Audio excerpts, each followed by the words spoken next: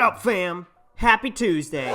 Today I got for you guys my review of the Nike ZoomX Invincible. I wonder what the next Nike shoe will be called. Guys, comment down below what the next Nike shoe will be called. I think it will be the Nike Inevitable. I'm going to talk about the shoe from the upper all the way down to the midsole, how it feels on me and what's going on through my head while I'm wearing the shoe, and what I'm seeing that's going on with the shoe, how many miles I have in it, and etc. Quick disclaimer, no one sent me these shoes. I bought the shoes with my own money, and no one is paying me to make this review. So, with that being said, let's get to it. Yes, it is the women's colorway. Let's start with the upper. The upper, to me, is very breathable. No issues of the shoe feeling hot, although it is spring now, but you know, still a little cold, so we'll see what happens in the summer. The laces are doing great. No cutting into the top of the foot or into the ankle. The tongue of the shoe, you know, that's part right there, is not being an issue, sliding one way or the other. The heel clip of the shoe, no issues with heel slippage, at least to me. The insole of the shoe, because I know people are going to ask, is it is removable. You can pull out the insole, you can place your own orthotics if you want. You can actually see the contingency of the ZoomX foam right there. You can actually push on it. It's so responsive with your finger, and you can probably realize, for those that haven't already, how good of a response this shoe has for just being, you know, a block of ZoomX foam. There's a lot of ZoomX foam in here, and it kind of makes it a little unstable in my opinion. My Achilles doesn't like it that much right now, so I'm taking a break from it because of the instability and went back to the Infinity runs.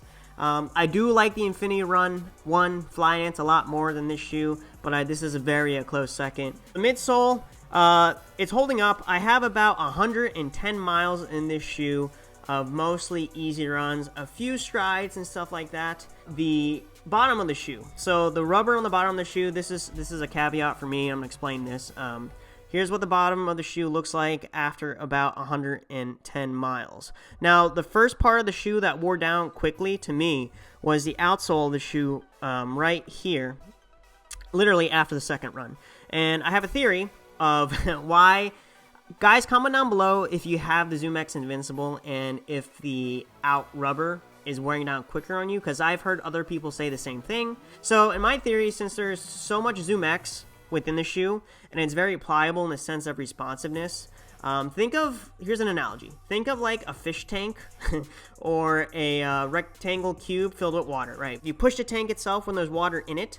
The tank, right, the water is going to slosh to one side. The friction on the bottom of the tank, fishbowl or whatever, either on the table or the floor, is going to slide with it.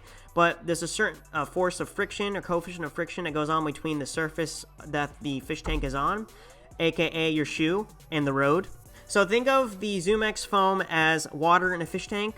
When you land on it, it's very responsive, but also pliable. It shifts forward, so it increases more momentum at the foot for your body, and therefore putting more friction on the outsole of the shoe. So that is why I think the outsole of the shoe wears down more. Unfortunately, ZoomX is great. It's Pebax foam, very responsive, cushiony. I guess there may be a drawback to doing these things, because they're probably, for the level of cushion they needed to get with this shoe without, you know, dealing with a bunch of other issues, they had to add probably this amount, just my observation.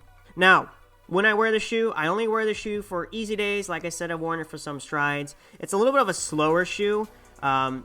It's very responsive, it's very bouncy, it's very cushiony. It's so cushiony to the point that when you put this shoe on and you come back and you put on another shoe to go run in, the other shoe feels way harder than this shoe. So this is a great shoe for, you know, high mileage running, recovery days. You could do some strides in if you want, but it's definitely not a workout day shoe, that's for sure.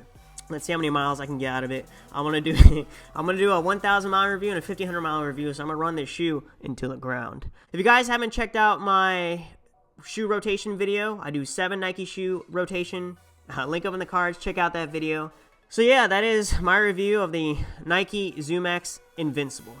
If you guys like this video, give it a thumbs up. Smash the subscribe button if you haven't already for all running related content and videos like this. Like, share, comment, subscribe, hit that notification bell for when I post my next video. I'll catch you guys next time. Peace. Inevitable.